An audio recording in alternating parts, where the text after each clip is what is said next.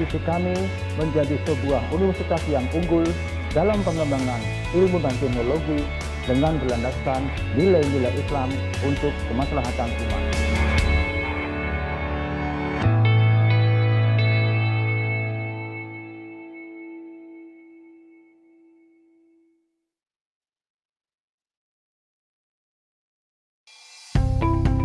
Universitas Muhammadiyah Yogyakarta is one of the best private universities in Indonesia.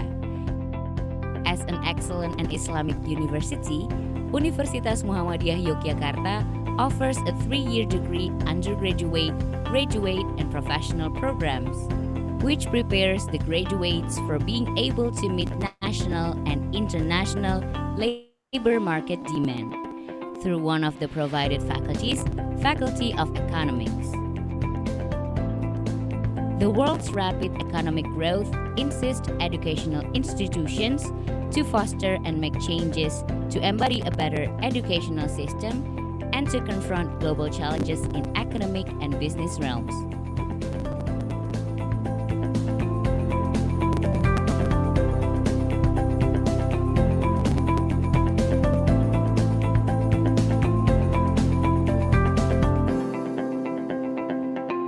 Faculty of Economics and Business, University of Muhammadiyah Yogyakarta is an excellent faculty to produce globally competitive economists, entrepreneur, manager, and accountant who are creative, innovative, and professional based on Islamic values. Faculty of Economics and Business of Universitas Muhammadiyah Yogyakarta encompassed undergraduate programs, namely Department of Management, Department of Accounting, Department of Economics, International Program for Islamic Economics and Finance, International Program of Accounting, and International Management and Business, as well as graduate program, which is Master of Management. The teaching system at Faculty of Economics and Business of Universitas Muhammadiyah Yogyakarta is supported by capable teaching staff of economic and business fields. The teaching staff comprise expert academicians and practitioners.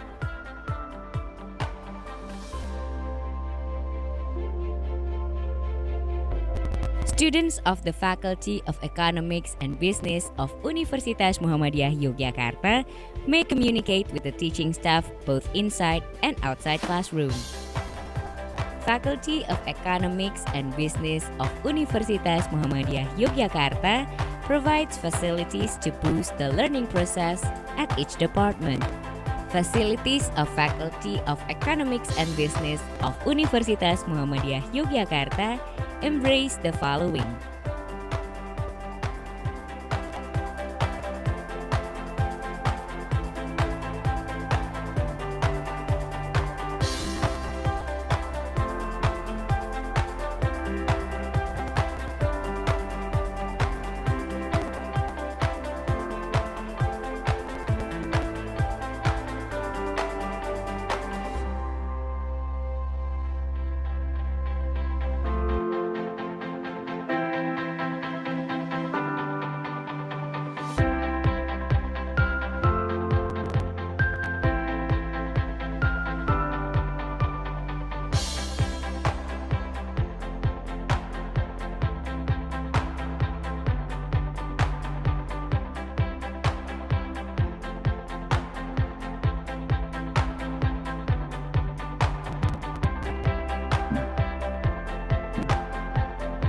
Students and teaching staff of Faculty of Economics and Business of Universitas Muhammadiyah Yogyakarta obtain a number of national and international achievements, namely the winner of Indonesia Young Sociopreneur at Universitas Gadjah Mada in 2016, the best paper of Sharia Economics Day at Universitas Indonesia in 2016, the winner of Sharia Economics Business Competition at Institut Pertanian Bogor in 2013, the winner of UNES Capital Market Competition in 2016. 2 gold medals of the 37 PIMNAS at Universitas Diponegoro, Semarang in 2014. 2 awards for the best research at Otoritas Jasa Keuangan in 2016. The best paper of Inshima in Vietnam in 2016. Mount Elbrus expedition in 2014, and other achievements.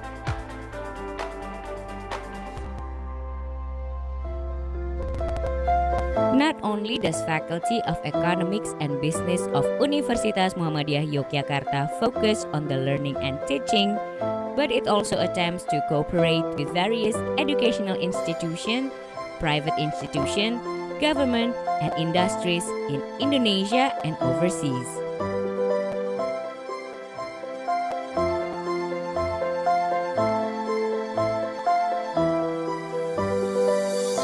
Therefore, Faculty of Economics and Business of Universitas Muhammadiyah Yogyakarta engage the students in contributing to community to embody one of the 3 principles of higher education, community services.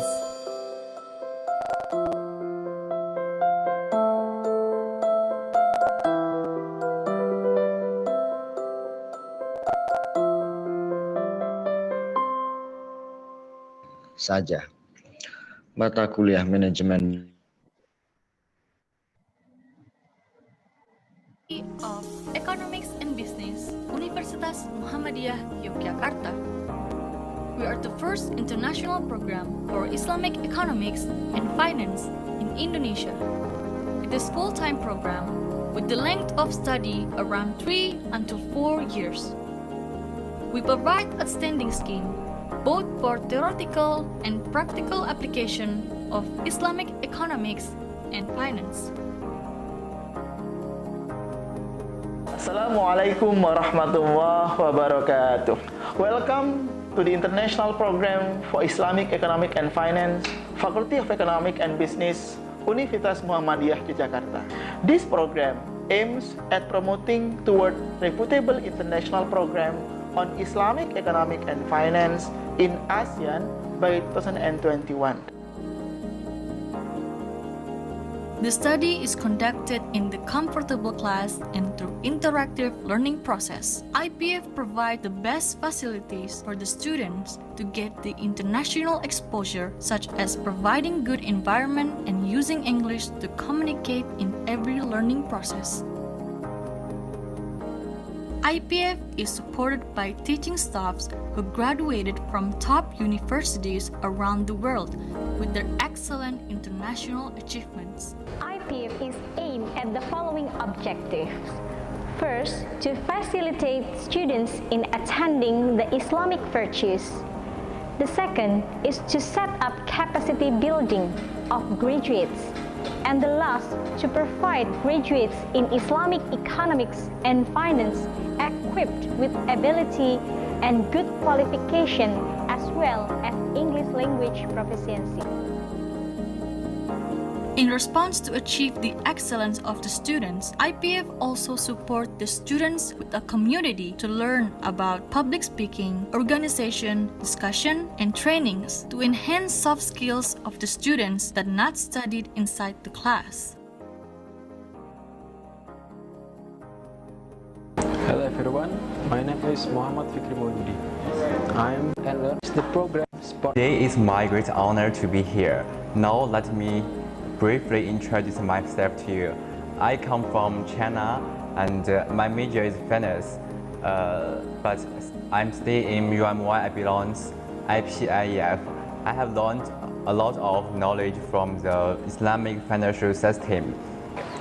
Assalamualaikum warahmatullahi wabarakatuh สวัสดีค่ะดิฉันนางสาวไมซารัสสามะแอมาจากประเทศไทยนะคะ I'm IPF alumni 2011 I was graduated from IPF on June 2016 I'm very grateful to be a part of IPF because in IPF I got so many experience knowledge, so many experience and good lecture and a lot of friends. After I'm graduate from IPF, I directly to got master degree scholarship from Indonesia government to continue my study in Universitas Gadjah Mada.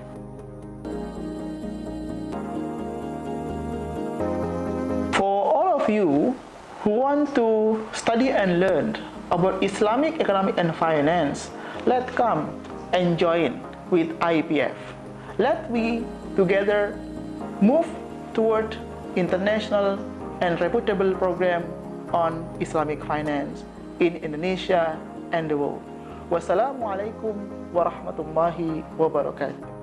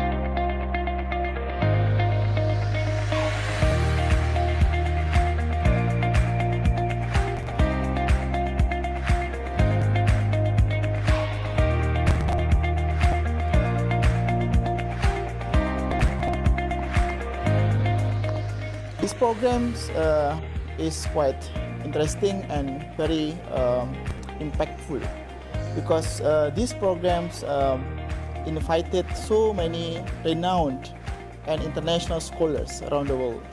And here we focus on the Islamic social finance and SDGs, not only for Indonesian case, but also for the world.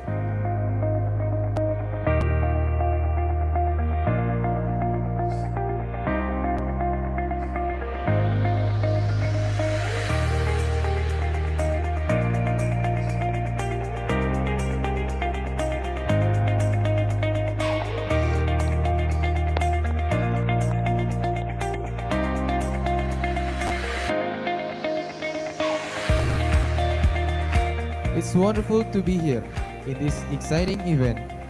Summer School, second international training for young Islamic economic leaders. Al-Quran, science and civilizational renewal, integration and quality assurance. Universitas Muhammadiyah Yogyakarta.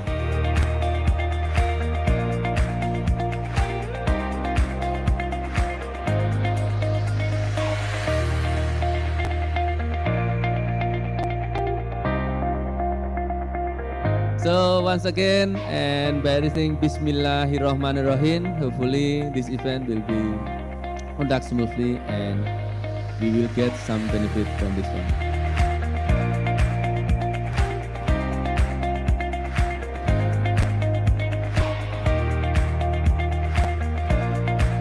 Welcome Dr.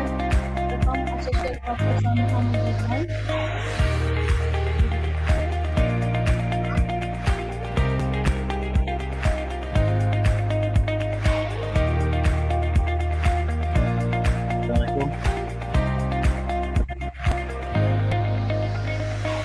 So Alhamdulillah, in IAUM, we managed to complete 10 textbook the last 2 years, but another 40 to 60 coming up. Assalamualaikum, Dr. Dia.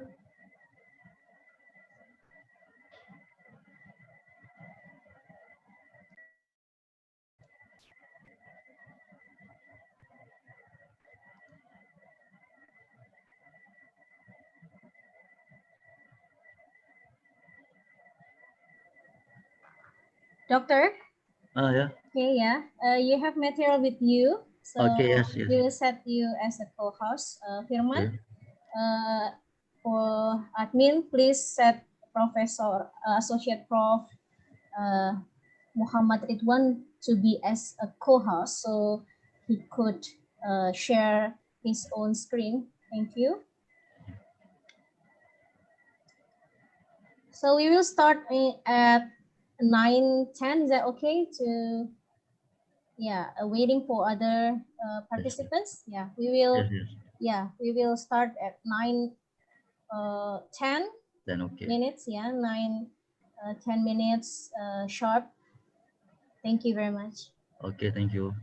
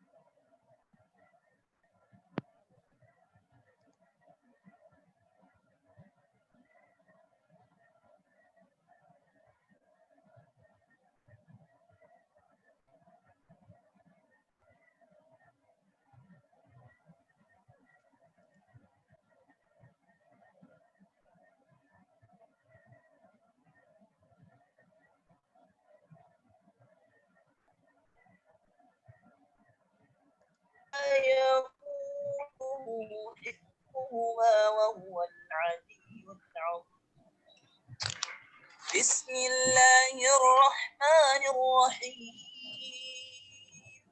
قل هو الله أحد الله الصمد لم يلد ولم يولد ولم يكن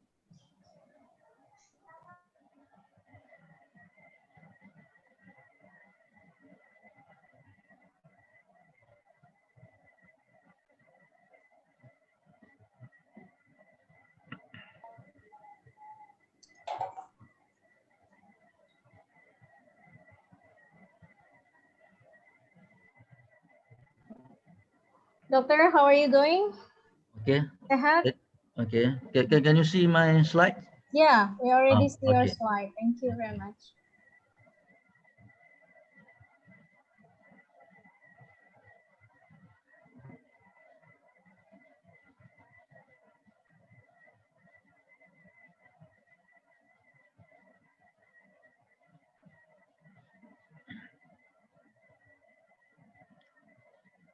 So, Professor, Doctor, we also live in YouTube. So hopefully the participant will also could hear or watch your presentation through YouTube. Okay. Yeah, and then we can sharing our knowledge around the world. Okay. Thank you very much. Okay, thank you.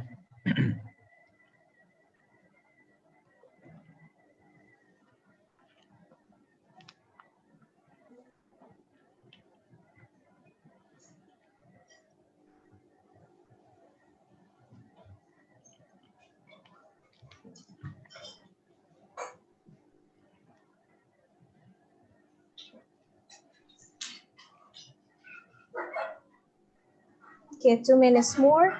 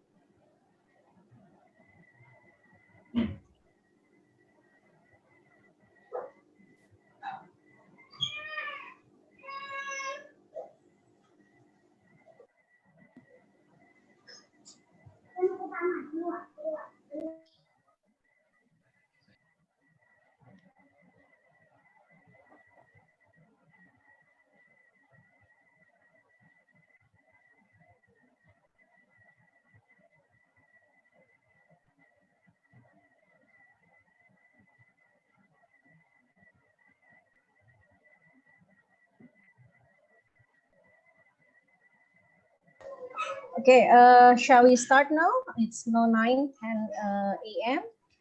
Bismillahirrahmanirrahim. Assalamualaikum warahmatullahi wabarakatuh. Welcome to summer school, the international training for young Islamic economic leaders, ITIL, 27th of August 2020. Ladies and gentlemen, brother and sister, I'd like to welcome Associate Prof. Dr. Muhammad Ridhwan Abdul Aziz, who will speak on risk regulation and Sharia compliance in Islamic banking. Beforehand, I will introduce myself. My name is Diah Titis Kusuma Wardani. I am a lecturer at Department of Economics and International Program for Islamic Economics and Finance, IPF. It is my pleasure to introduce our speaker today. Welcome, Associate Professor Dr. Muhammad Ridhwan Abdul Aziz. He is Dean, Faculty of Economics and Management, University Science, Islam, Malaysia, or USIM. Okay, Doctor has many books, excellent award, and also journal or publication. He is also editor in some reputable journal. He has some research about formulating CSR disclosure model for Islamic banking in Malaysia towards achieving maqasid dalam negara swasta on 2019, 2020, and the second, prevention of financial crimes, lesson from Islamic Golden Age, jiran kerjasama penyelidikan luar Institut Penyelidikan Para Kaunan on September 2019 until June 2020, and some external research, and also his book, Islamic Banking and Finance in Malaysia, System Issues and Challenges. He's as a main author. And the second is celebrating 30 years of Islamic banking and financial institution in Malaysia. He has also the Excellent Award in 2011, PhD completion period in less than 3 years. Congratulations, Doctor. University of Malaysia, and award from most selling book in English language category, Introduction to Islamic Institution in Islamic and Finance, Majelis Kalam Bitara 2013, University Science Islam Malaysia. And also he has very excellent service award, Anugerah Penghikmatan Cemerlang, APC in 2013, USIM 2014. And his education's PhD, University Malaysia in Perbankan Islam or Islamic Banking, Master University Malaysia also in Perbankan Islam or Islamic Banking, and the Bachelor degree in University Malaya Pentadbiran Perniagaan. So he is very keen and professional in Islamic banking. We hope that he will sharing his knowledge to us today. Thank you very much, Doctor. So, Doctor, you have at about 1 hour or 60 minutes, to speak about your material. So for participants, there will be a time at the end of the presentation for any question you may have. Okay, Dr. Muhammad Ridhwan Abdul Aziz, time is yours. Thank you. Okay, thank you very much, Dr. Dia, for introducing myself. So thank you very much for inviting me in this program. Okay, IT Yields. So I welcome all of you for this morning. And before I start, I would like also to wish Indonesia for celebrating 75 Independence Day. Okay, Dirgahayu Indonesia. So inshallah, Malaysia also will celebrate our Independence Day next week for 63. Okay, we obtained our independence on 1957. So welcome all of you, participants in Indonesia and also in Malaysia for this morning program. So inshallah, this morning I will share some of my views and thought on the very important topics, okay, relating to Islamic banking, which is risk regulation and Sharia compliant Islamic banking. So I try to cover some of the important points, what happened in Indonesia and also in Malaysia and other part of the world. And I hope that we can benefit this sharing, and I welcome also for any input also, especially with regard to the Indonesia what we call data, or also what happened in Indonesia currently. Okay, this my topic that I will cover, inshallah will cover in this morning. So number one is overview of risk in banking. This is very important because banking sector is much related to the risk, and understanding the risk and how to mitigate the risk is very important for banking sector, not only for conventional banking, but also of course the Islamic banking. And then I will follow with the regulation and act in Islamic banking. Okay, I try to cover Indonesia and also Malaysia. And lastly, I will touch a little bit on Sharia compliant in Islamic banking. So these are three subtopics that I will cover, inshallah, in this limited time, 1 hour. Okay, and hopefully you can also participate. Okay, and you may ask a question after this if you have any question or want to add some of the point. So for the introduction, okay, just a brief on the introduction. The Islamic banking has the same purpose as conventional banking. So conventional banking also, or Islamic banking, is actually similar in terms of their objective to provide facilities, banking facilities to the customer. So if there is a facility for car financing or home financing or business financing, so Islamic bank also offer the same, but of course with some differences.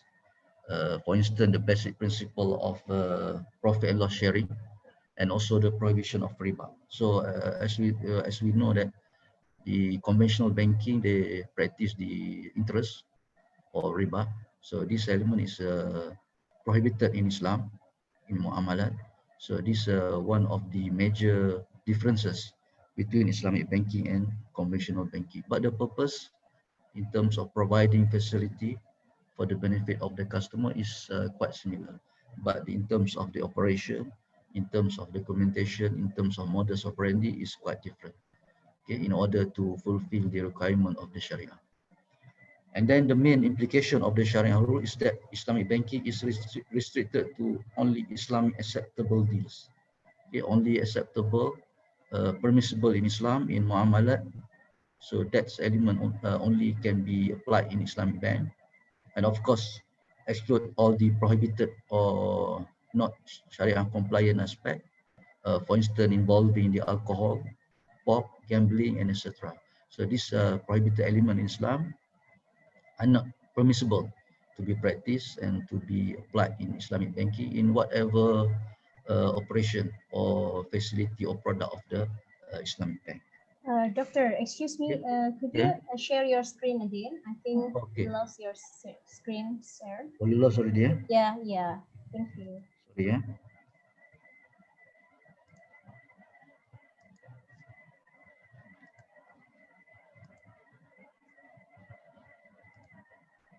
Okay, can you see now? Yeah. Okay. Okay. So the fact that Sharia strictly prohibit the interest-based transaction, as I mentioned earlier, the riba transaction is not allowed in Islamic banking. But okay, the financial intermediation, as we know that banking is the financial intermediary between the deposit unit and also the surplus unit, or between the bank, the provider of the capital or fund, and also the receiver of the fund. So although Sharia prohibit some element, including the interest-based transaction, but Sharia not prohibit the financial intermediary concept that apply in the Islamic bank.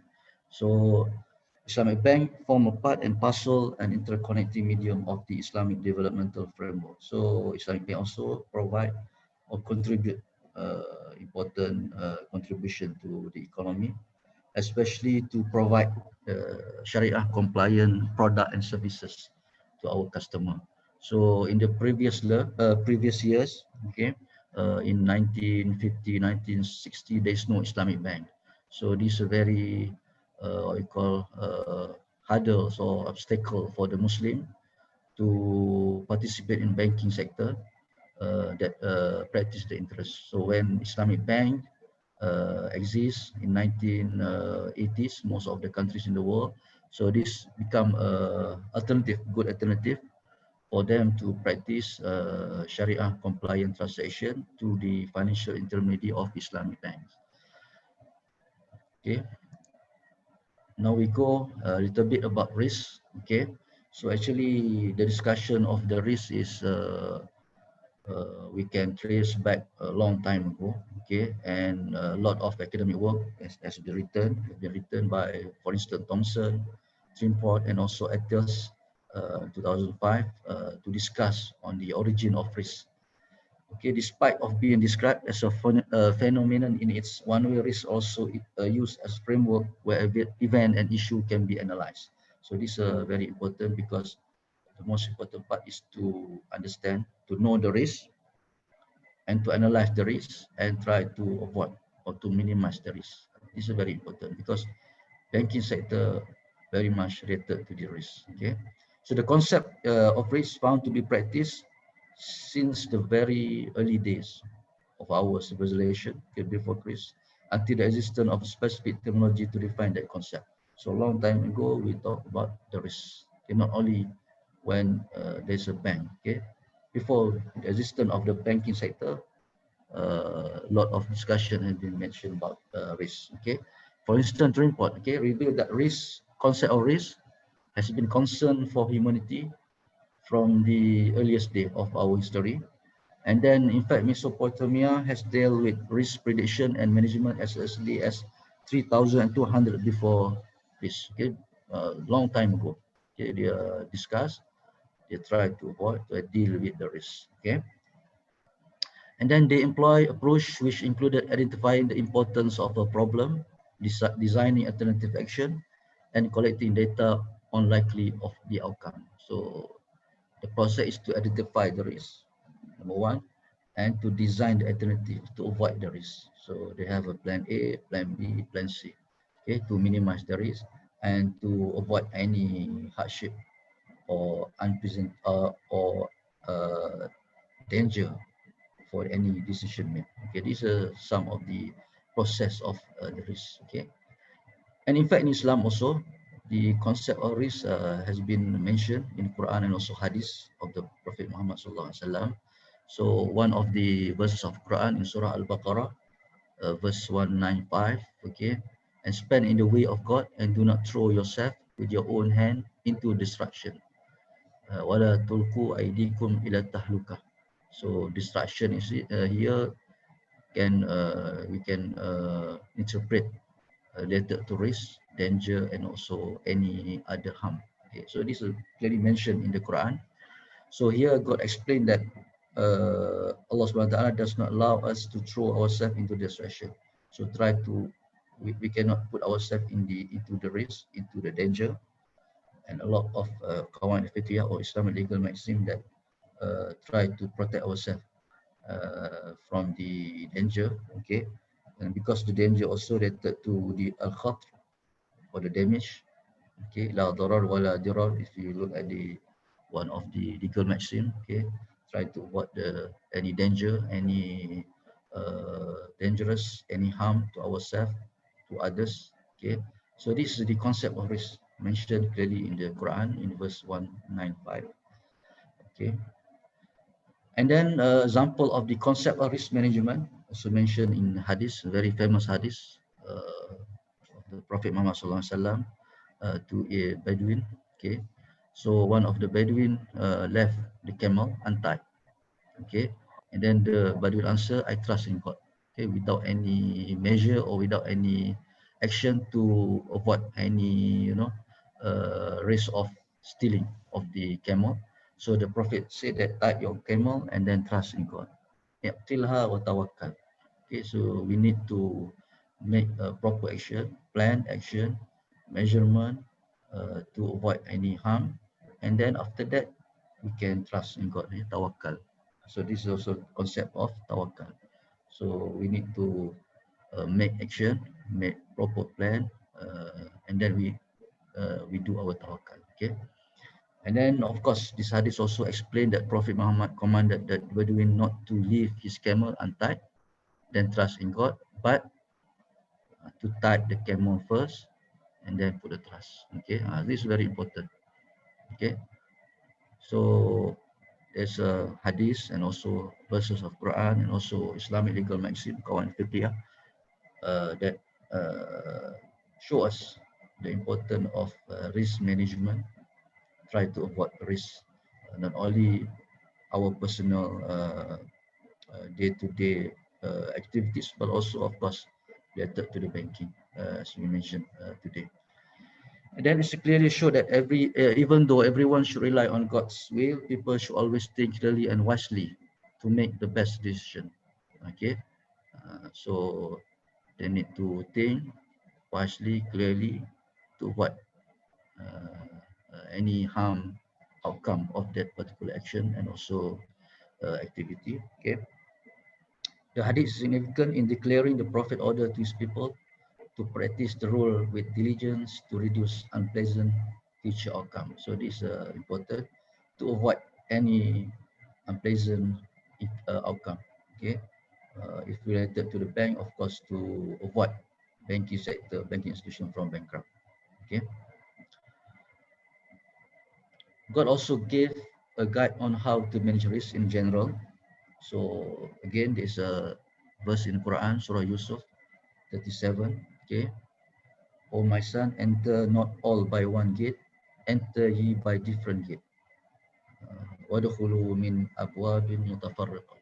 Okay, so try not to only enter in one gate, okay, but in different gate, okay, to avoid any risk, any danger in that particular one gate. Okay, so Prophet Yaqub advised to his son to make the best plan and seek various alternatives so that they will not fall into danger.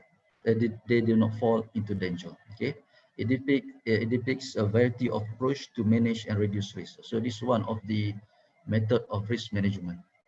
Okay, we have to provide different alternatives, plan A, plan B, plan C, plan D, to minimize any risk related to the particular decision or plan or action that we might going to conduct or to do.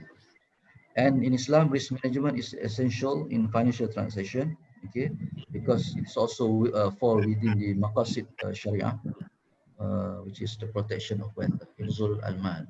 So one of the element of the maqasid Sharia is the protection of the wealth. So this is one part of the protection of wealth, protection of the wealth, and also the interest of the people, of the customer. If the bank make unnecessary action that may harm their bank, so this may also harm the banking sector. So risk management is very important for the banking sector to protect the interest of the shareholder, the interest of the depositor, the interest of the customer. Okay, so this is a very what we call amanah for the banking, Islamic bank, to protect the interest of the customer. Okay, if we look at the dictionary, Oxford Dictionary, the risk is defined as the possibility of harm or damage. Okay, this general meaning of the risk. And when the word is used as a noun, okay, it terms mean the possibility of loss. But if you use as a verb, it means that puts oneself or someone or something in danger. So we can use the risk, the term risk, either in noun or also in verb.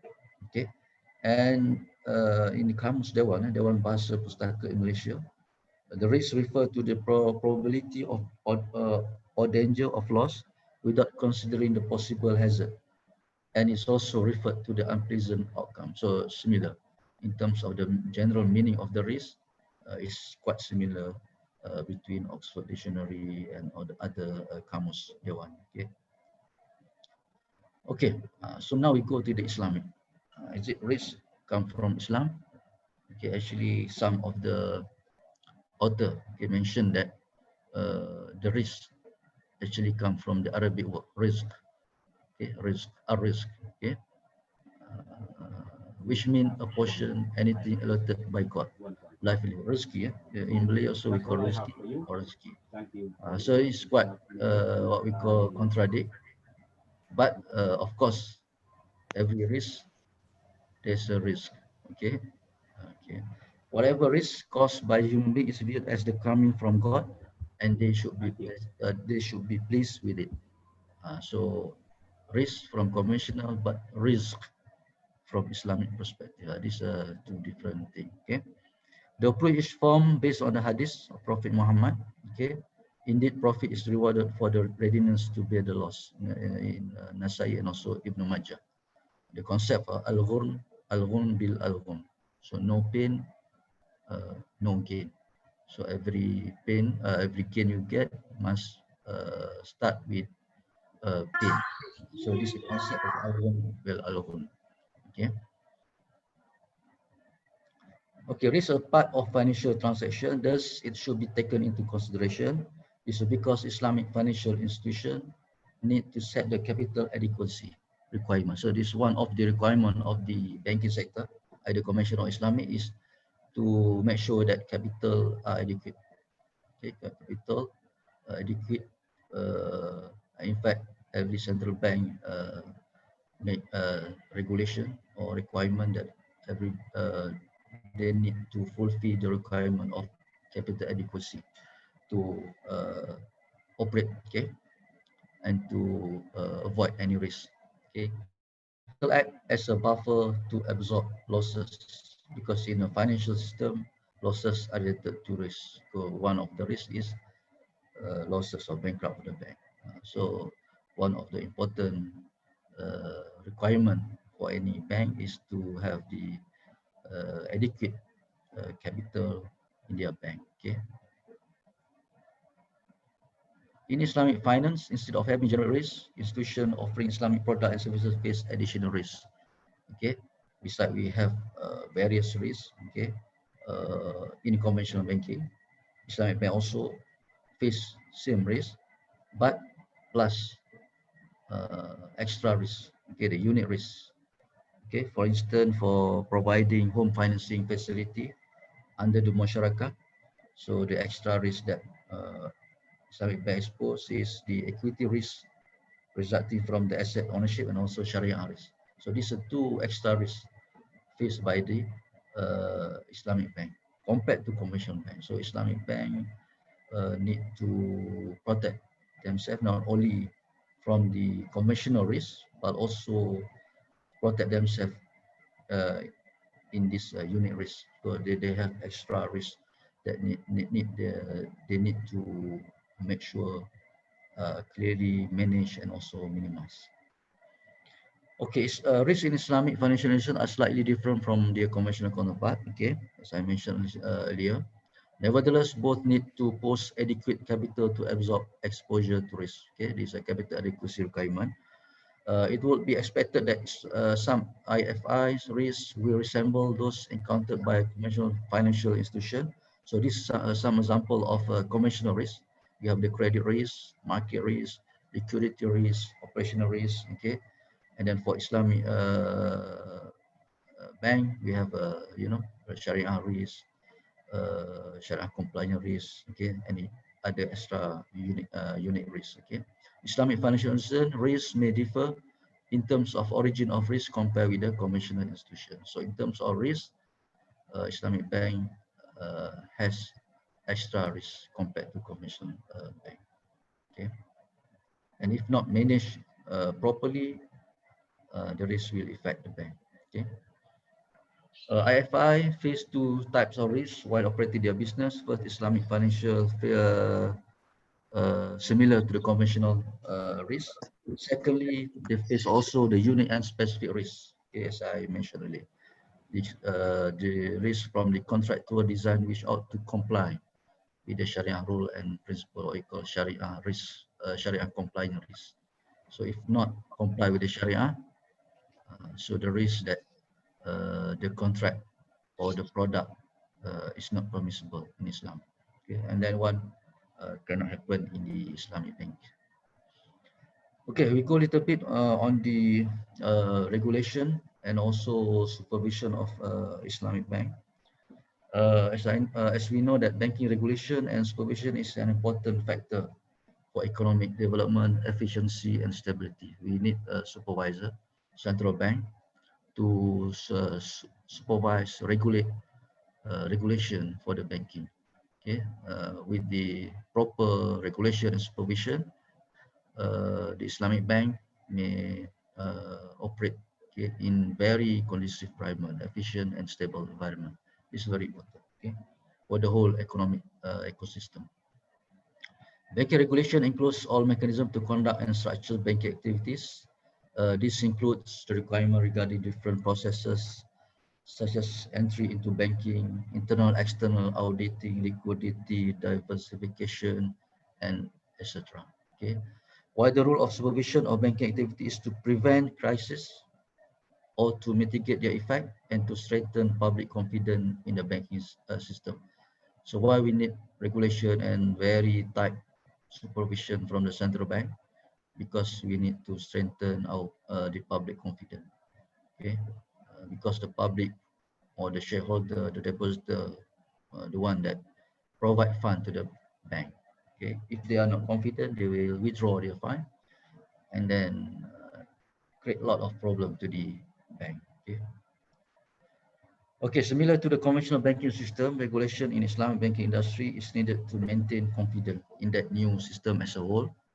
It helps increasing the information available to investors, protect the interests of saver depositors, and ensuring the safety and soundness of the financial system. So both conventional and Islamic banking system need proper guideline, proper regulation, proper supervision, especially from the central bank. Okay. Central bank regulators can play a key role for the development of a framework for monetary policy. Okay, that's conform with Sharia principle to enable Islamic bank to operate within a fair playing field. Okay, supervisors here refer to the central bank have also to position themselves to recognize the new dimension and types of risk in Islamic financial transaction. So this is very important, the important function roles of the central bank to provide, to make sure that the banking sector is very well protected, stable, okay? Because if not properly managed, the central bank not properly managed, the situation or the current banking sector may affect, and that what happened in 1997, 1998. We have the financial crisis. A lot of banks have merged finally, okay, and affect the whole economy. Okay, and most of our country, especially in Asian country, okay, Asian country affected by the crisis in 1998 and 97. Islamic banking risk come within the recognition of Basel II. So we have also Basel that regulate, especially on the risk, credit risk, market risk, operational risk. So this Basel also requirement that need to be followed by the Islamic bank. The challenge for Islamic bank is how should other Islamic banking risks, okay, as I mentioned, the unit risk can be deal with or to tally with the Basel II, because the Basel II framework not included the unit risk, okay, such as Sharia compliant risk, fiduciary risk, and also rate of return risk. So these some risks are not covered by the Basel II. So these are challenges for the Islamic bank to also follow the Basel to Basel III, but also to protect themselves from other risks. Okay. Okay, Malaysia approach to the regulation of Islamic finance is an integrated one. So Malaysia, we have the specific act, okay, to govern the Islamic banking sector, which is IFSA, Islamic Financial Service Act 2013. Actually, this one is the new regulation in Malaysia. I will cover a little bit later on. We start with the IBA, Islamic Banking Act 1983, and now is the new act to regulate the Islamic Bank, also Takaful, okay, Islamic Financial Service Act 2013. Okay, IFSA 30 years after Islamic banking begin operation in Malaysia, the regulatory framework underwent a major review. So the major review of the IBA, as I mentioned earlier. Provision for Islamic window is also incorporated in the Financial Service Act (FSA), which replaced PAFIA in 1989, and then IFSA replaced the IBA. Okay, so the Islamic window also can operate under. So we have two, FSA and also IFSA. FSA for conventional bank, and IFSA, IFSA for Islamic bank, and also Takaful.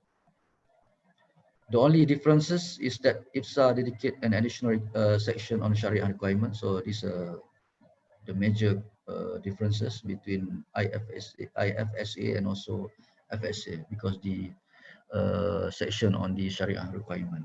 Okay, the unique feature of IFSA, okay, versus FSA is the requirement for Islamic bank to segregate the money placed by customers into number one, Islamic deposit, so replace, okay, or the segregation, and also the investment account, okay, to avoid any associated risk between deposit and also investment account.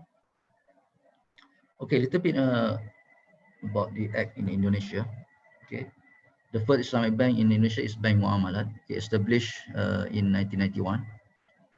Okay, and then the dual banking system is followed in Indonesia, similar to Malaysia also, and was declared by the enactment of Undang-Undang Perbankan Syariah in 2008. So in Indonesia, the term used is Syariah, Perbankan Syariah. In Malaysia, we use the Perbankan Islam or Islamic Bank. So this is slightly different, the term used, okay? Sharia Bank and also Islamic Bank. Okay. The Islamic finance has supported the growth of Indonesia economy. Okay, because prior to issuing specific law for Islamic finance, it was regulated by the Conventional Financial Institution Law. And in 2008, the government enacted various laws to promote and regulate the Islamic finance market and laws.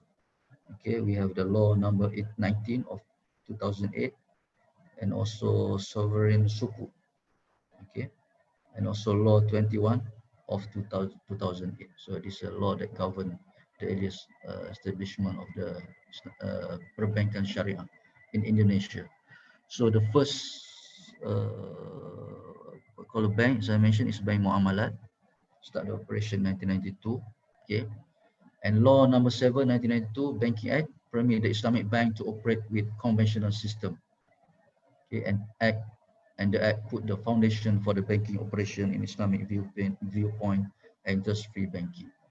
Okay, and in 1993, Indonesia initiated the establishment of Takaful, okay, by the Indonesian Muslim Scholar Association through the Yayasan Abdi Bangsa, with collaboration with Bank Muamalat Indonesia and insurance company Asuransi Tugu Mandiri. So 1992 Bank Muamalat, 1993 the Takaful. Okay.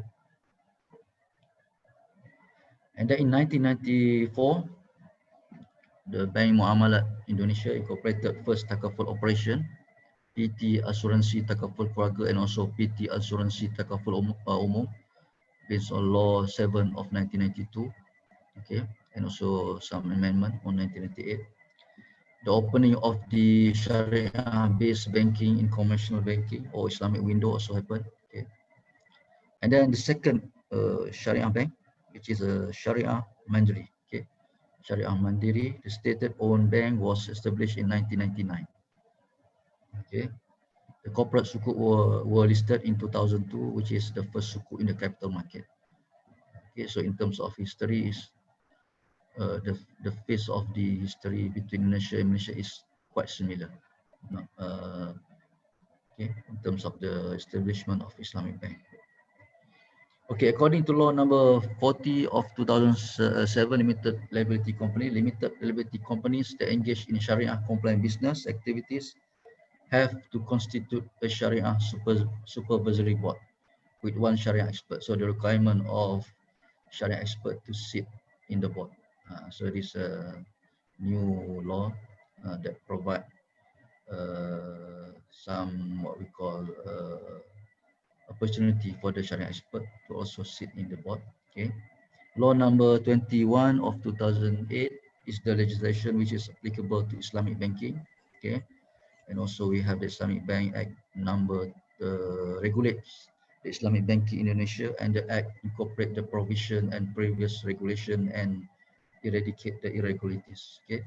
So the Act was enacted to develop the Islamic banking. It clearly clarify on the permitted and prohibited operation under Islamic law. So this is a very important Act in 2008 that regulate the perbankan Sharia in Indonesia. And of course, IFI Indonesia also have adopted regulation based on the IFSB of Malaysia, okay, Islamic Financial Service Board, and also IOP, Accounting and Audit Regulation for Islamic Financial Institution, and of course, based on various fatwa of OIC Faith Academy in Jeddah. Okay. And then Indonesia was also a member of the International Islamic Financial Market, IIFM, the International Islamic Liquidity Management Corporation, Islamic Development Bank, and also the Islamic Financial Service Board, IFSB. Okay, so this is very important not only to follow the regulation, the Act, but also, for instance, IFSB to follow the what we call the guideline, okay, for the efficient and effective operation of the Islamic Bank. Okay, a little bit history development of Islamic banking in Malaysia. Okay, so I have divided into two in this world and also in the world and also in Malaysia. So we have in the world is the first stage when it still remain an idea. Second stage is already became a reality, and in Malaysia I divided into three: first phase, second phase, and third phase. So just a brief idea that in the world, in the first stage, there's a lot of writing by many Muslim scholars, Muslim economic scholars, Ahmad Qureshi, Naim Siddiqui, Muhammad Ahmad, Maududi, that promote the interest-free banking. Okay, but this one is just as an idea, and also to promote the concept of profit and loss sharing based on mudarabah rather than interest. This one is just an idea in the written concept.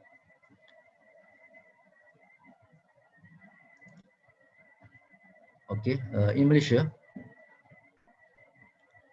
for the first phase, start in 1963 with the establishment of the Pilgrim Fund Board or Tabung Haji. In 1969, the formation of the Lembaga Urusan and Tabung Haji is one of the earliest or the first Islamic financial institution in Malaysia. But the objective is not to provide the banking facility, but to provide the saving facility for the Muslim pilgrims or for the purpose of doing the Hajj. Okay, so this is the objective of the establishment of Tabung Haji. And then we have in 1981 the National Steering Committee, okay, that proposed the establishment of Islamic Bank.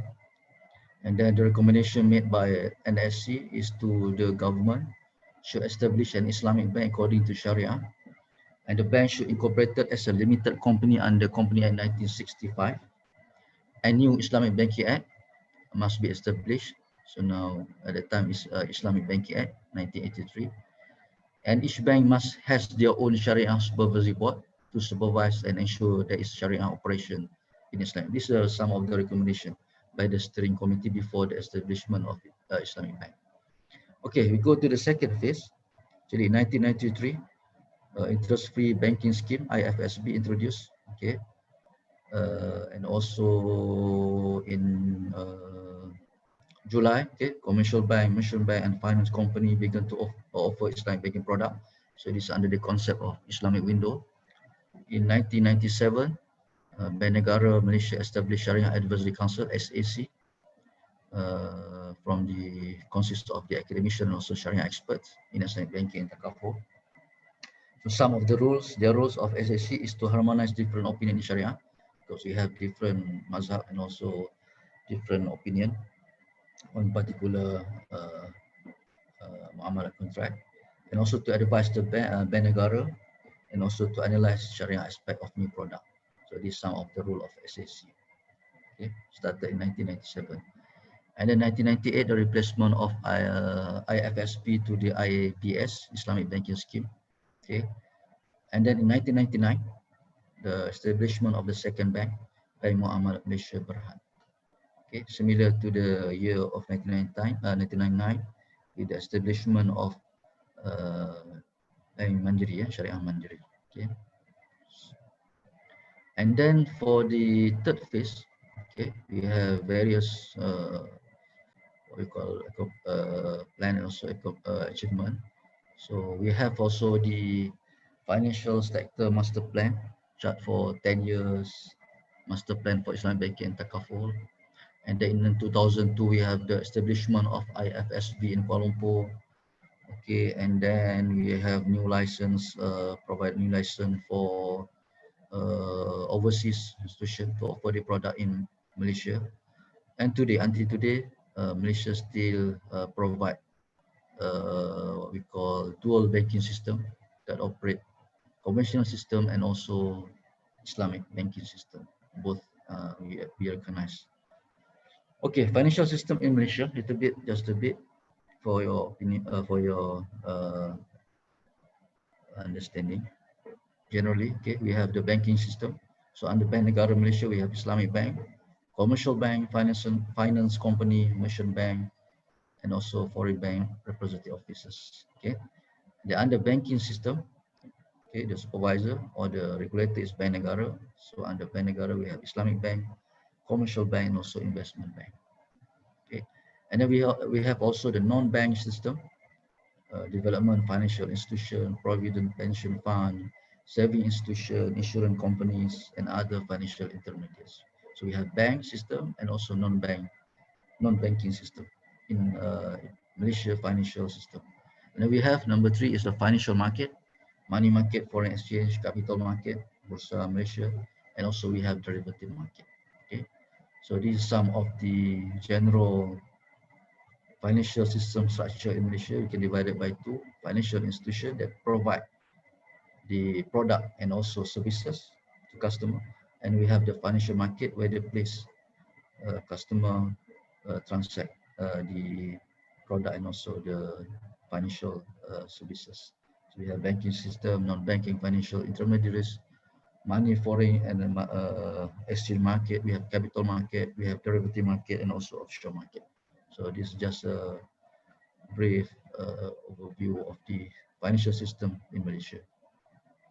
And when we talk about the comprehensive Islamic financial system, so at least we have 4 important sectors in Islamic finance, which is number 1 is Islamic banking or Islamic bank, number 2 is takaful, number 3 Islamic money market, and number 4 is Islamic capital market. So all these sector or all these institution given highest regard to Sharia matters. Okay, so the important, the guideline, the rules, act follow the Sharia matters. So we talk about the comprehensive Islamic finance must consist of 4 what we call 4 these elements: Islamic bank, takaful, Islamic money market, and Islamic capital. Islamic money market is for the bank, between bank, and also capital market is long-term investment. Okay, so Islamic money market is short-term investment by the bank, by the financial institution. And then a little bit about takaful or insurance company. Okay, as we know that takaful may be defined as a pact to guarantee and assist one another. So in takaful, we have various contract to replace the insurance which has been forbidden. Okay, so we have the Mudharabah, sharing concept, Wakala agency concept, and Tabarruk, donation concept. But most of the takaful operators nowadays prefer to have the Wakala concept or the agency because they can get the Wakala fee, okay, before any what we call investment or any project started. Okay, compared to Mudharabah. If Mudharabah, so quite risk to the takaful operator, okay, compared to Wakala, because they can gain the Wakala fee. And that is a list of takaful operators in Malaysia. Okay, 11 I stated. Okay, and also list of re-takaful operators. So we have ACR re-takaful, Swiss re-takaful. So re-takaful is to protect the takaful operators. So takaful operator provide a facility to protect the customer, to avoid any danger to customer, accident or death or anything. Re-takaful is takaful operator that protect the takaful company. If the takaful company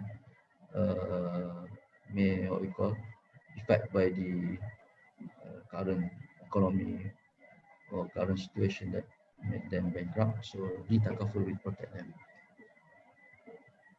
Okay, this is the comprehensive picture of Islamic financial system in Malaysia. We have the institutional development, okay, then we have the legal Sharia regulation, comprehensive legal knowledge and education, provide fund from Sharia scholar, promote Sharia dialogue, and also we have various education program, awareness program.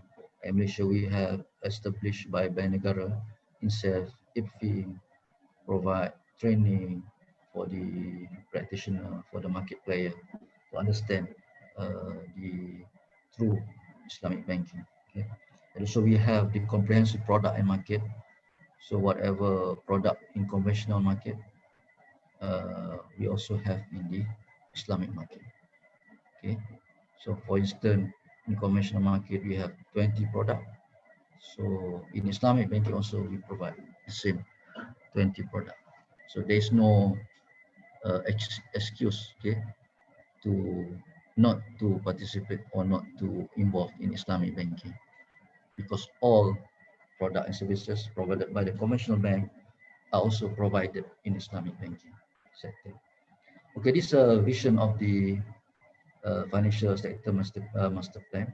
Okay, Malaysia as a regional Islamic financial center constitute 20% of market share. Okay, sufficient number of strongly and highly recapitalized IBIs, IDIs, and also takaful operator, comprehensive and conducive Sharia legal regulatory requirement, and sufficient number of well-trained individuals. So some of this vision have achieved in Malaysia, but some are still struggling, especially to find the sufficient number of we call well-trained and also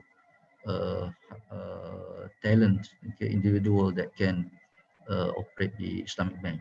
This one is still like, although we have various higher education in Malaysia, inclusive USIM also provide the talent for the what we call individual that have a good understanding, strong understanding on Sharia and also the operation side of Islamic bank. Okay, a little bit about the Islam, Sharia, Muamalat, banking, and finance. Just to link, okay, between. So if you look at the Islam, we can divide Islam into three main aspects of Islam.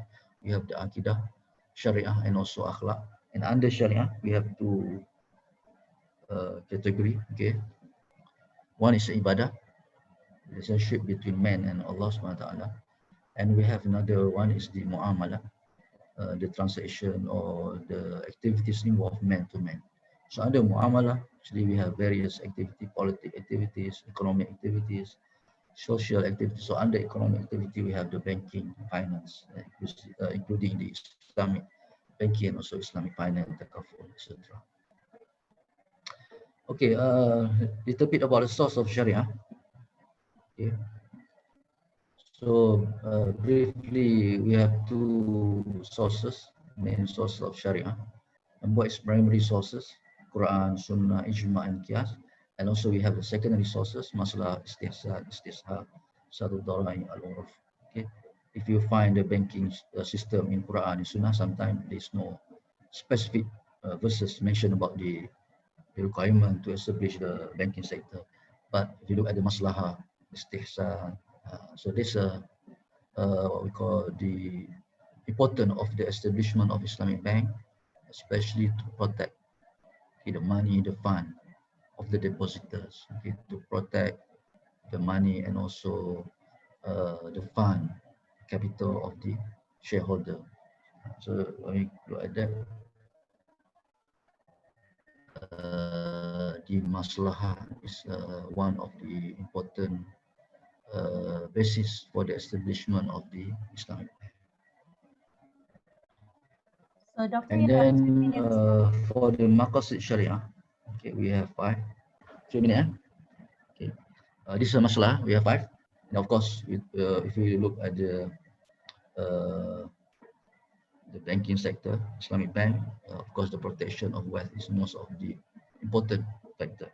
Okay, for the achievement of the maqasid Sharia. Okay, this is a little bit about the philosophy of Islamic finance. We have the provision of interest or riba, okay, introduction of zakat, and also provision of business activity that not comply with Sharia, okay. And then we have the provision of the certainty or gharar, okay, and also we have the takaful, okay, to replace the insurance. And then this is the objective of Islamic banking: provide banking facility and services in accordance with the Islamic principle, not only to Muslim but also to non-Muslim. Prohibit and dealing transactions that involve riba interest, and of course promote, foster, develop the application of Islamic principle, Islamic contract, akad, laws and tradition to the transition of financial, banking and other related business activities. Okay, these are some of the feature of the many countries that involved in the Islamic banking. Okay, product, either offer the Islamic banking product services. Okay, we have in Germany, UK, US, Saudi, of course, Japan, Singapore, Bahrain, all over the world. Okay, so meaning that Islamic banking, Islamic finance are well accepted in all other countries, not only for Muslim majority country, but also Muslim minority countries in the world. Okay. Okay, I go a little bit about Sharia compliance. Okay, so compliance should be part of the culture of the organization. It's not thus the responsibility of the specialist compliance staff. So we have the Department of Compliance, Department of Quality. So we're talking about compliance not only responsibly is on the staff, the specific department, but all the staff of the bank are required to follow the compliance aspect. Okay, so in the banking industry, any of non-compliant by a bank will cause serious damage to the bank.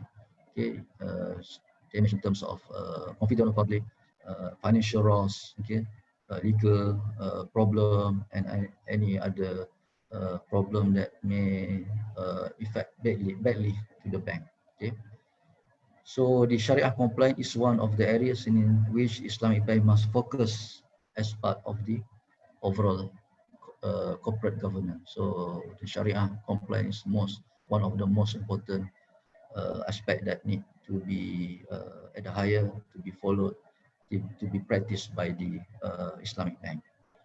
Non-compliance result in erosion in confidence of depositor, investor, deteriorate the bank's reputation.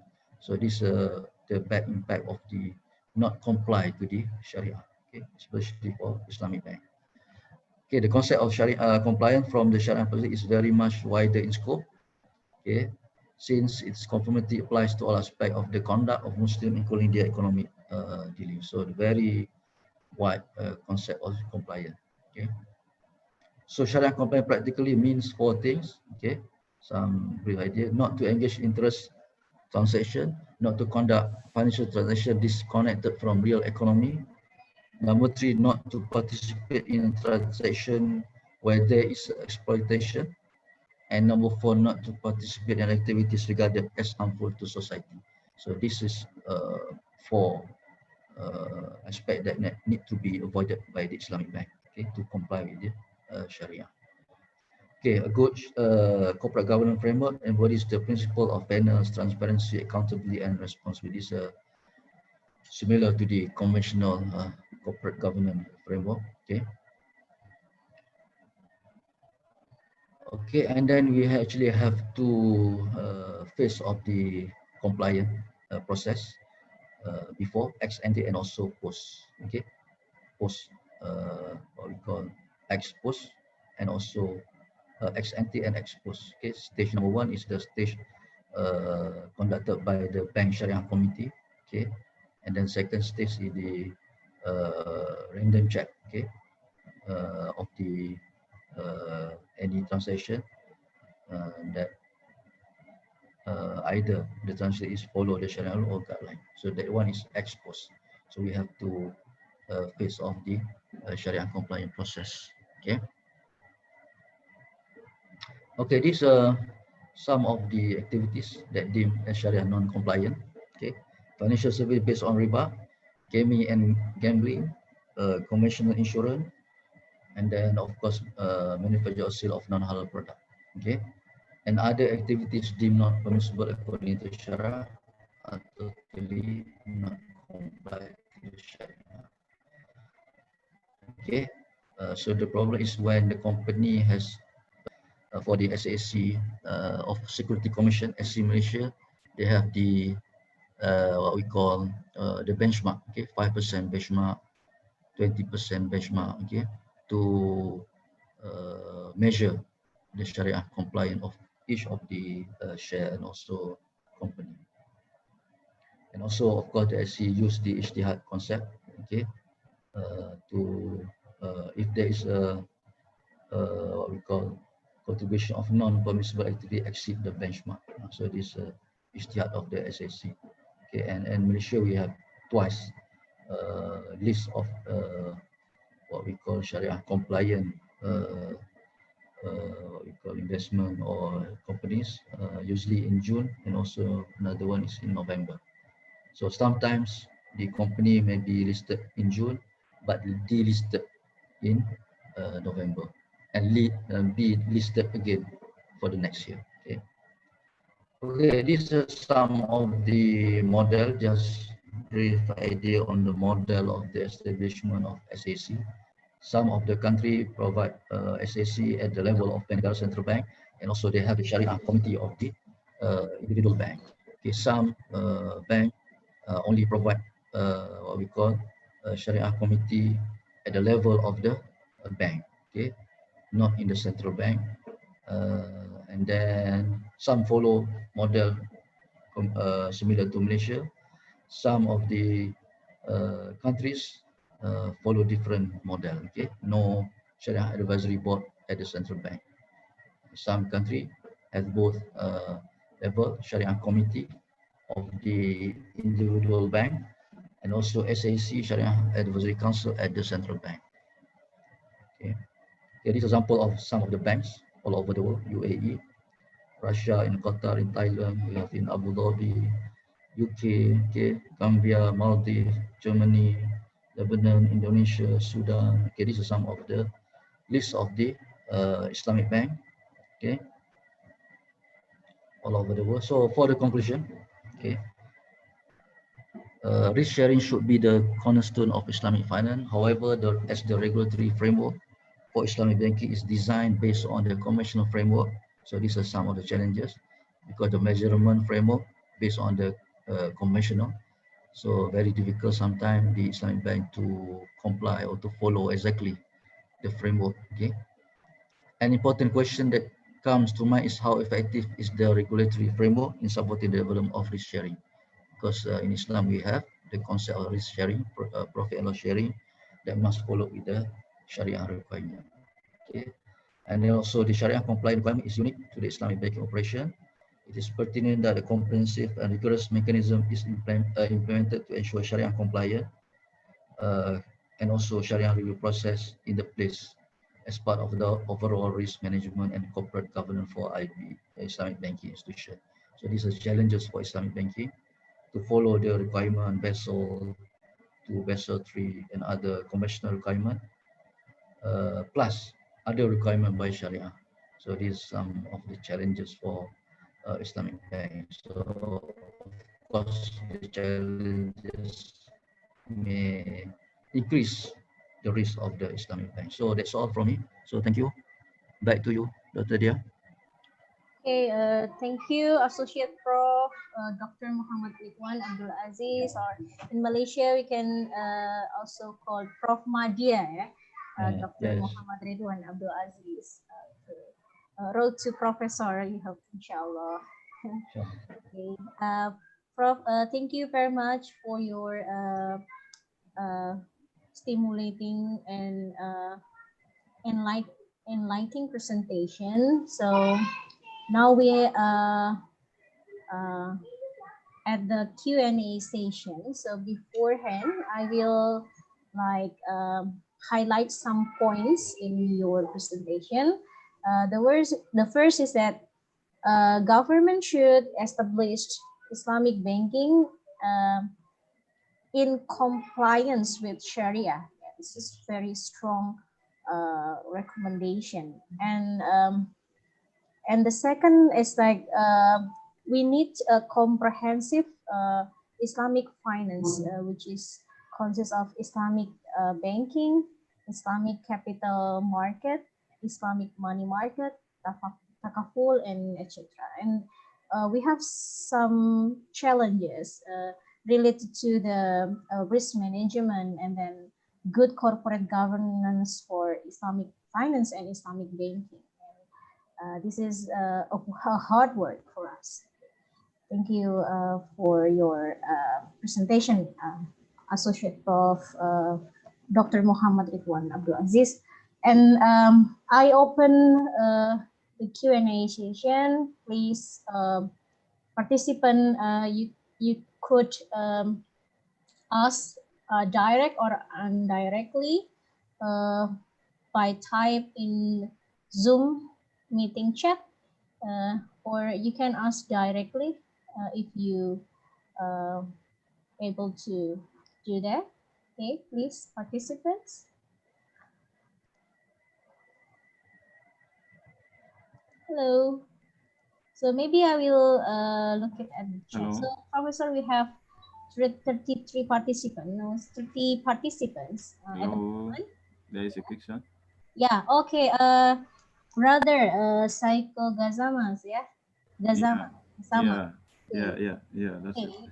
Okay. Please pose your question to Dr. Muhammad Ridhwan. Okay. Thank you so much, my dear sister, for that wonderful opportunity you gave me, and thank you, Doctor or the Associate Prof, for the wonderful presentation. We pray that you attend to the full professorship, and inshallah that will be. I really learned a lot from the presentation, well detailed, and you spoke about the histories, the Islamic banking and finance, which is the motive of some of us joining this program. So, to be honest, I learned a lot. So you will be very interested to, in fact, have your material that you've presented here. I mean, going forward to my question, you talked about the Islamic banking institutions and then being halal and then being, Sharia compliance and stuff like that. I raised this question before, and then I'll raise it again just to get your side of understanding of it being in Malaysia there, which is a country well known for Islamic banking and finance. What is there any mechanisms that Islamic banking or financial institutions have in place in order to detect their customers that are not dealing in halal businesses? Because like I made mention of this, we know that Islamic banks, they are not all their customers are Muslims. Or in fact, they could be Muslim, but they still, their business, their line of business is not Islamic, it's not halal.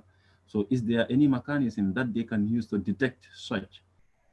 In case they fail to detect such in any of their customer, okay, we break it down, because when you said customer is wide, but now let's put it in a savings customers, for instance. In case that mechanism fails to detect that, and then they start banking with that individual as their clients, and later on did realize that particular customer is dealing in a business which is not halal. For instance, a bar operator or a nightclub or stuff like that, they detect that. In that case, what should be done Islamically? What do they need to do if they detect it, if they understand it? The other aspect is about risk management. You talked about risk management and then you give a well-detailed explanation of it. Maybe I may not have much to say there, but how do you conceptualize this in Islamic perspective? How do you mitigate risks in halal way? Because in conventional banks, we know when they talk about risks, we have this saying in finance that the higher the risk, the higher the return. So which means, in this point in time, for instance, if one is to go in for a loan from the financial institution, there is a high probability they will put higher interest on you. Understand? So this is how like they mitigate their risks by transferring, and we know that Islamically that's not acceptable. But you made mention of this, and then you bring in a verse which comes from Surah Yusuf, where the guys were asked to enter with different doors in order to mitigate risks, and it's very, very interesting. But now, how are we going to conceptualize this in the financial term to be in a halal way? I think I can stop here. I have another question, but let me stop here and then allow you to answer. Maybe there are others who have questions to raise as well. Thank you very much, Doctor, and then the moderator for giving me the opportunity here. Okay, thank you, Brother Saiko Gazamas. Dr. Muhammad Ridhwan, please answer the question. Okay, Brother Saiko Kazama, thanks for the question. If I can catch you, you have two questions, okay? Number one is on the measurement detect on the halal business, and number two is on the risk management. Okay, for Islamic Bank, actually they have the mechanism, specific mechanism to detect all the activities that not under the category of non-halal. Okay, as I mentioned earlier, for the Security Commission, they have the list released twice a year that show the company. Okay, so the company that involve the Sharia compliant activities and non-Sharia compliant activities. Then they have the specific benchmark. They have the quantitative measurement, qualitative measurement that measure the specific company, not only for what we call measure the quantitative, the profit of the company, the ratio of the debt, the ratio total debt, total number of asset, okay, halal activities, non-halal activities. So they have the comprehensive mechanism to detect all the non-halal activity and also halal activities of a particular what we call company. But of course, if the fund, okay, deposited by the non-Muslim who are getting the money from what we call shubah or non-halal activities, it is quite complicated to detect the halalness of the fund. But for the company, Security Commission of Malaysia has this specific measurement to protect, to detect actually, to protect the Sharia compliant activities and to detect. And of course for banking sector also, they have the list of the company that not compliant, and if for instance the customer use for the credit card, okay, credit card to buy something that non-halal activities, of course the bank will stop the transaction. So the transaction cannot be happen if and only if the transaction involve the non-halal activities of the company. So this is a specific measurement taken by the bank. So there's no worry about that because the bank has a proper mechanism to detect all the halal and non-halal activities. Okay, back to the second question on risk management. So as I mentioned earlier, the risk management well explained in Islam and also conventional. And of course, the conventional has discussed or proposed the mechanism to not only to identify the risk but also to minimize the risk with various calculation formula that some of the formula also being accepted, being applied in Islamic bank, but to measure the Sharia complex quite difficult because in Sharia we not only calculate something on the quantitative basis, but also on qualitative basis. Okay, because involve a different opinion of the scholar.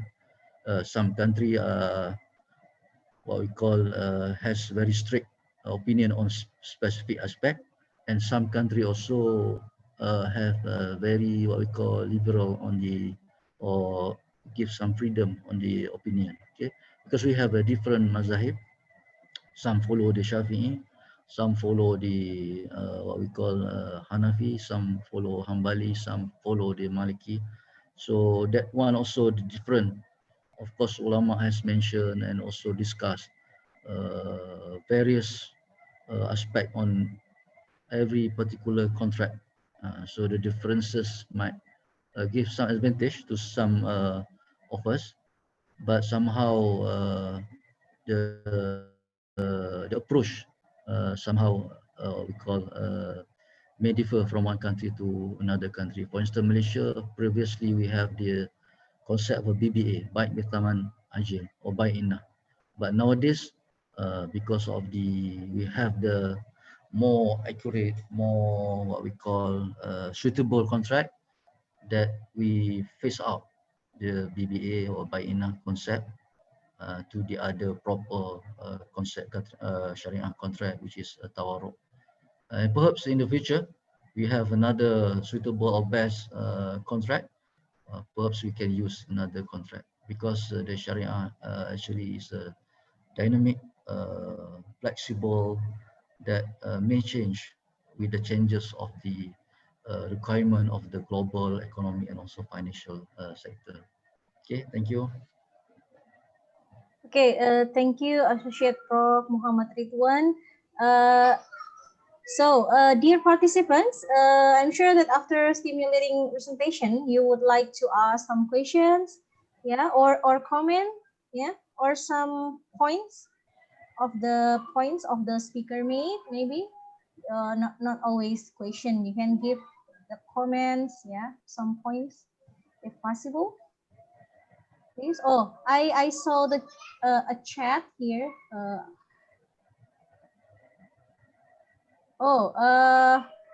Brother Psycho Gazama, one more question. Is that okay? Yeah. Okay. Okay, please, Brother Psycho. Okay, thank you very much for giving me the floor once again. Thank you, Doctor, for the wonderful response to the questions, real detail. The other question has to do, by the way, my name is Sekou Gassama. I think I forgot to introduce myself for those who don't know me, from the Gambia, West Africa. Yeah, but currently in Indonesia, studying a master's in accountancy at the University of Erlangga.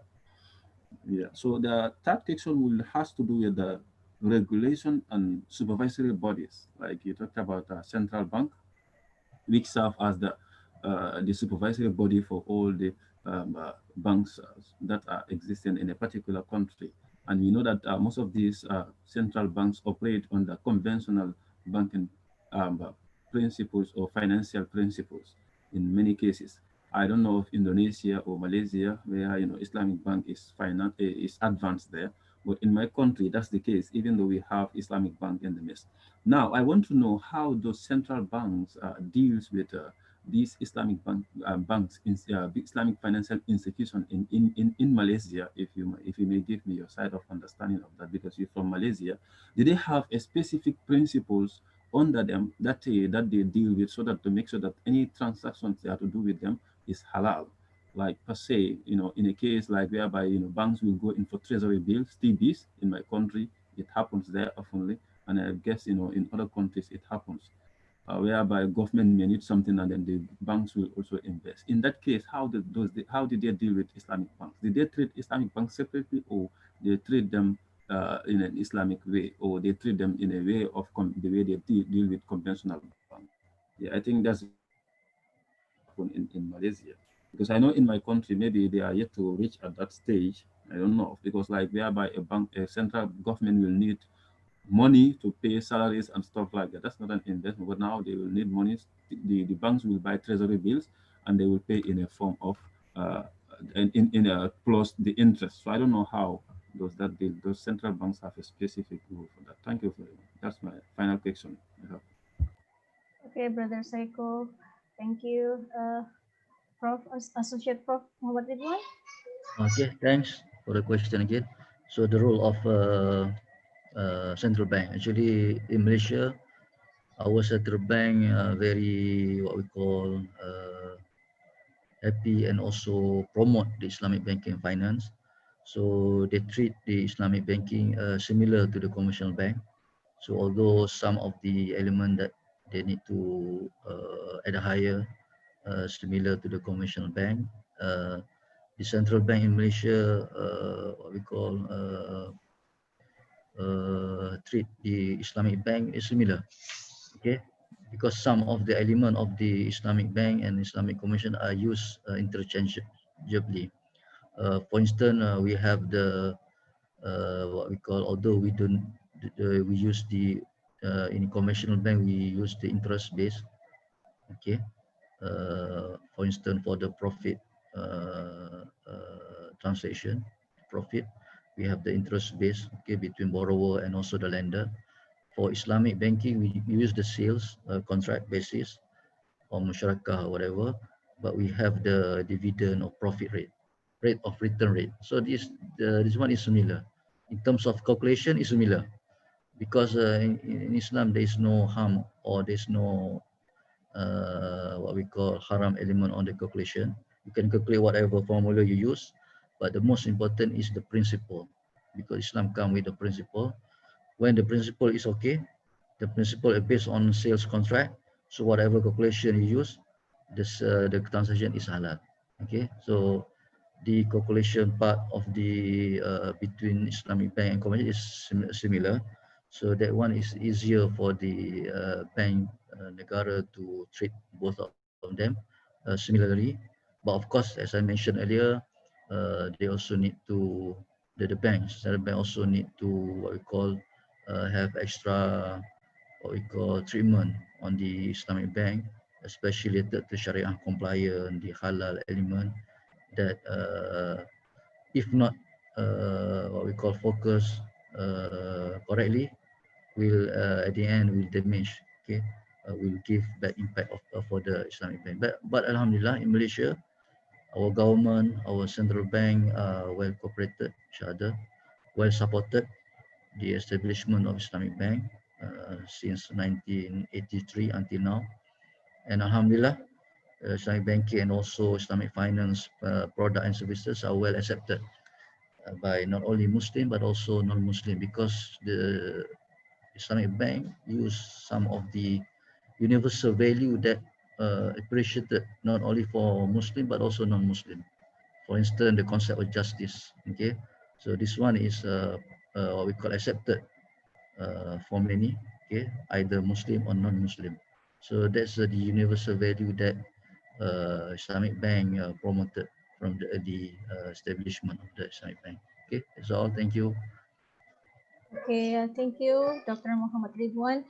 So, as nobody seems to be ready to ask question at the moment, I will use this opportunity to ask Dr. Muhammad Ridhwan. But so in Malaysia, likewise in Indonesia, we have many mazhab, Yes. Doctor. So you highlighted that the government should establish Islamic banking that in compliance with Sharia. So how to how to accommodate the many mazhab in Islam, which is very have a variation of mazhab. So to adopt into the Sharia, which is become the guidance in Islamic banking. Yeah, thank you. Okay, thank you for the good question. Actually, for mazhab, for me, it's not too complicated, because the most important is for the SAC or for the government to only choose one most prevail mazhab. If they use mazhab Shafi'i, and then try to what we call to follow that one, so it's easy to implement all the mazhab in one particular country. if you choose a Maliki and then use all the Maliki views on all the financial transaction. But of course, for the financial transaction, because nowadays financial terms are very modern, complicated. So in Malaysia also we open for opinion also, not only from the Mazhab Syafi'i, but also for other Mazhab from Maliki, Hanbali and also Hanafi. And sometimes we also use a specific opinion of that particular Mazhab to especially to achieve for the maslahah of the not only shareholder, the customer, the bank. So that one we cannot avoid. But the most important is to trust the Sharia Committee, Sharia Advisory Council, that they will give the most what we call valid opinion based on their expertise to be followed by the public. So actually the public don't need to worry about their decision, because their decision is not based on one particular individual as a mazhab, okay, but the discussion and view of various scholars in one particular institution. So we have the Sharia committee, about 5 to 7 person in each particular institution, Islamic bank, also takaful. And then we have also, if I'm not mistaken, about 10 Muslim scholar in SAC, Sharia Advisory Council of the Bank Negara or Central Bank. So they have two phase of cleaning whatever, clearing whatever what we call shubha or halal element. So we need to trust both Sharia Committee and Sharia Advisory Council, because they are expert. Okay, and we believe that whatever decision they made, they follow the best what we call situation, best solution for that particular transaction or financial activities. But of course, they may get or obtain various opinion, not only from specific mazhab Shafi'i, and also in Indonesia also we have we all practice the mazhab Shafi'i, but open to other views from other mazhab. Okay, thank you. Thank you, Associate Prof. Muhammad Ridhwan. Anyone have comment or question? It's very interesting. We have Associate Prof. Muhammad Ridhwan here, and it's very specialized his research and his education in Islamic banking. So this is very good opportunity for us. So Prof, this is our 11th lecture, public lecture in IT yields. So we hope that the participants will continue to study again and again about Islamic economics and Islamic finance. This is our ikhtiar, our effort, to sharing knowledge to the academician and practitioner, in terms of Islamic economy and finance. So that's actually good initiative taken by your university to what we call to get all these scholars, okay, in various aspects, especially in on Islamic finance, Islamic banking, and then to what we call join all the young leaders in Islamic banking that have number one is to get the understanding, okay, the understanding, the fundamental understanding aspect of Islamic banking, Islamic finance, but also to share some of the point and a view of various scholars. But I also need to add some of the point that if Malaysia we have acceptance of the Islamic banking is very high, well accepted by Muslim and also non-Muslim, but perhaps in Indonesia is a little bit different. Okay, if I'm not mistaken, the acceptance of the Muslim also still low for the Islamic banking and Islamic financial product. But I see the track is quite developing, so they increase in the acceptance, but still a lot of what we call effort and also attempt need to be taken. So this is one of the initiative, okay, offered by the Universitas Muhammadiyah Yogyakarta to at least to what we call to expose the student Muslim society the importance of the Sharia compliant transaction or muamalat, because if we participate in the riba transaction, the what we call the sin is very big, okay, because involved in the riba, and then if we can avoid the riba, it's very important for the success because related to the risk, okay, the livelihood of one.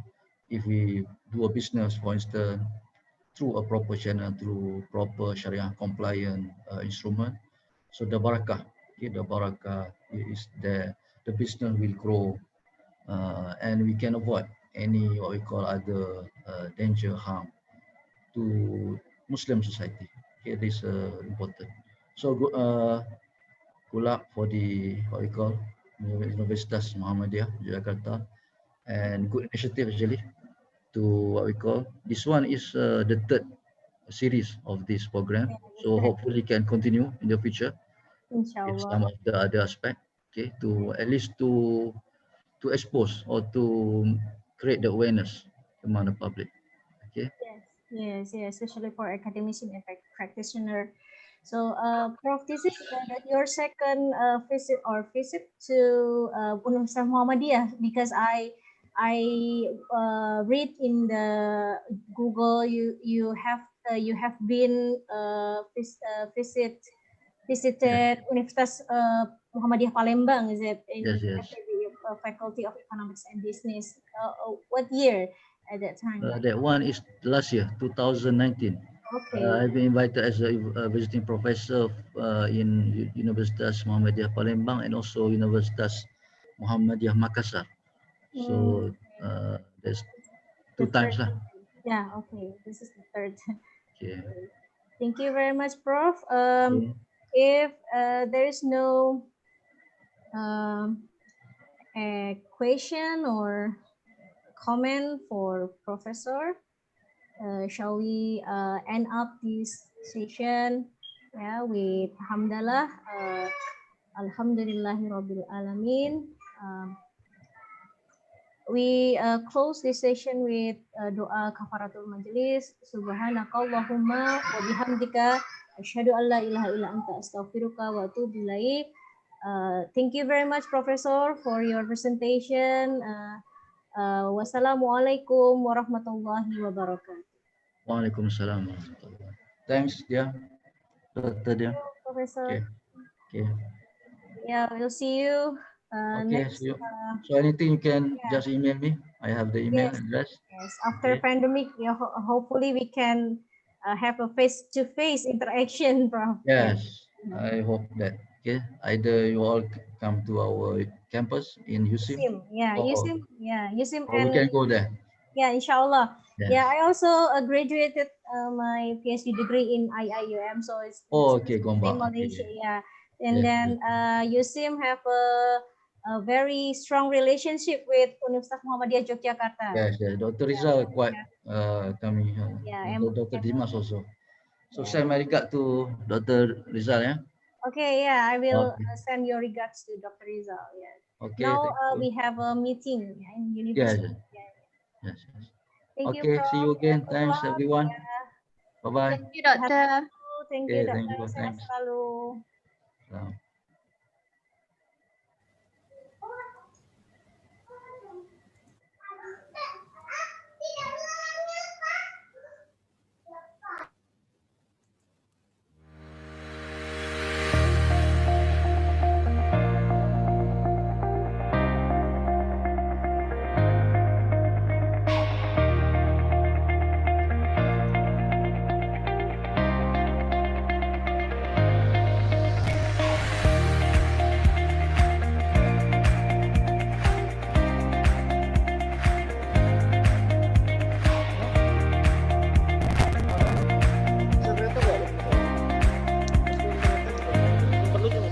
These programs is quite interesting and very impactful because these programs invited so many renowned and international scholars around the world.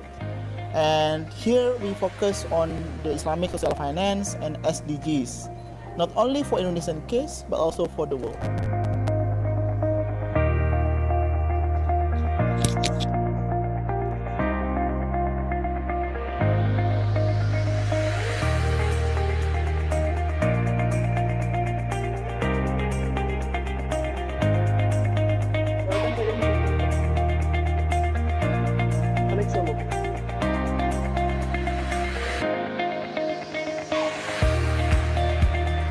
It's wonderful to be here in this exciting event. Summer School, Second International Training for Young Islamic Economic Leaders. Al-Quran, Science and Civilizational Renewal, Integration and Quality Assurance. Universitas Muhammadiyah Yogyakarta.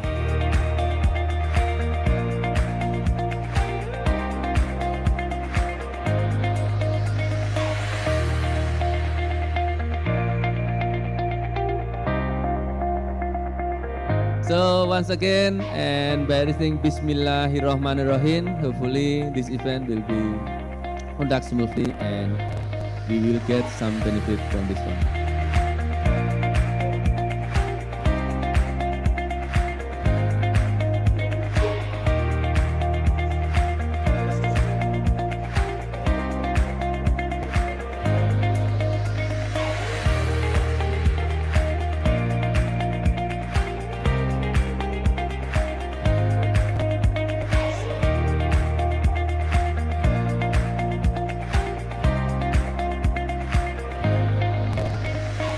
So Alhamdulillah, in IAUM, we managed to complete 10 textbooks the last 2 years, but another 40 to 60 coming up at International Islamic University, and other universities like USM coming up with 6 textbooks in quiz in Kuala Lumpur, and also here in Imam Bonjol in Surakarta, and we hope that University Muhammadiyah Jogja will come up with any book with the number of resources that we have over here. So I hope based on this conference, more work can be done to improve the teaching and learning of Islamic economy in University Muhammadiyah. Inshallah. Thank you very much.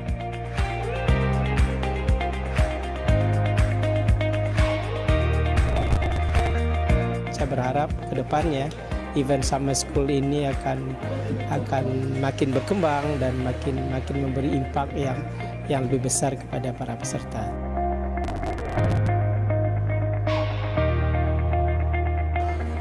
I'm very happy to be with this program. I believe that the idea of developing young minds is very important for the future development of Islamic economics, not only in discipline but also in practice.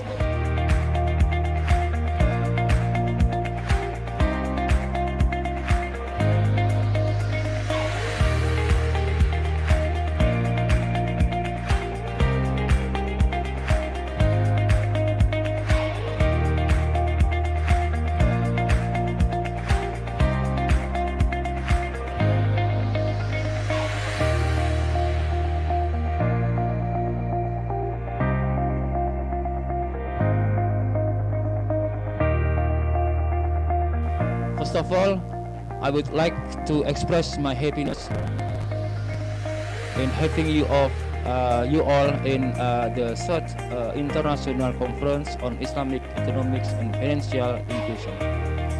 Welcome to our campus, Universitas Muhammadiyah Yogyakarta.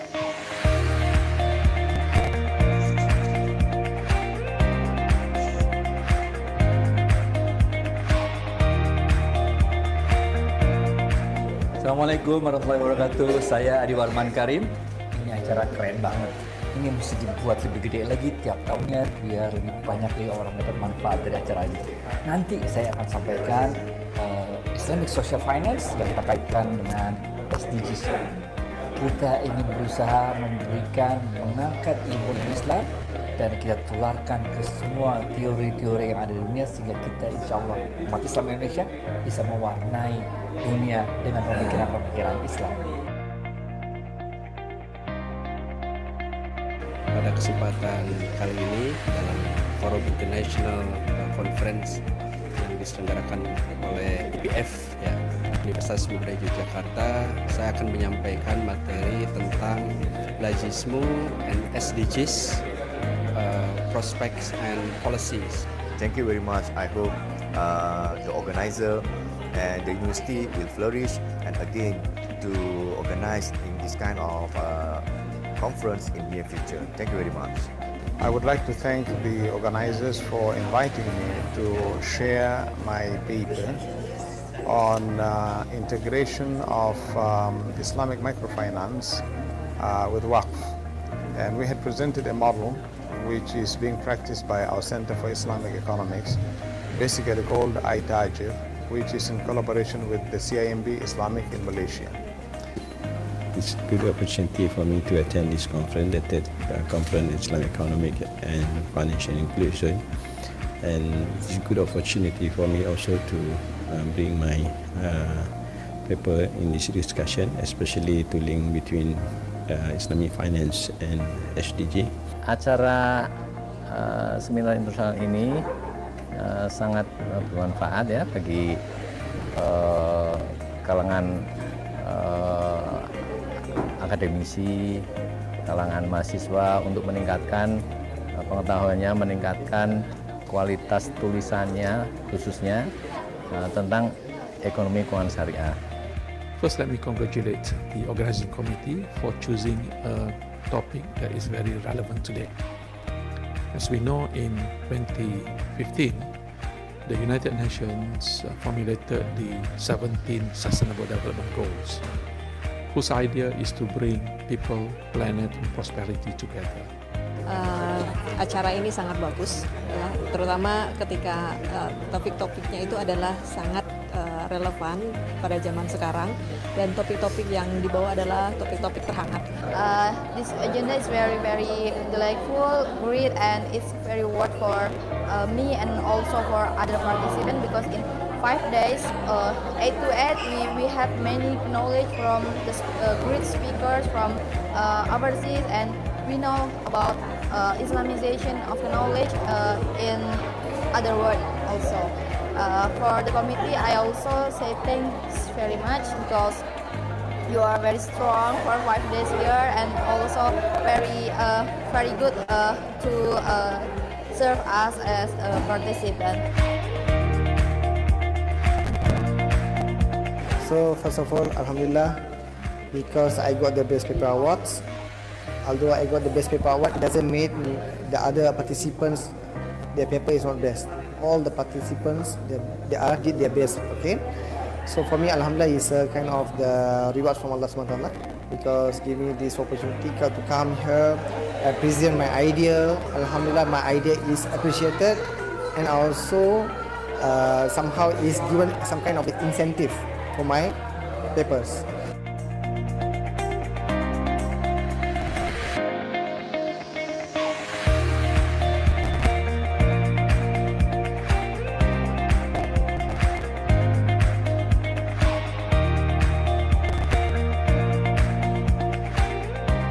Finally, I am personally, as director, want to express sincere thanks and appreciation to all the parties that have contributed much to the success of this event.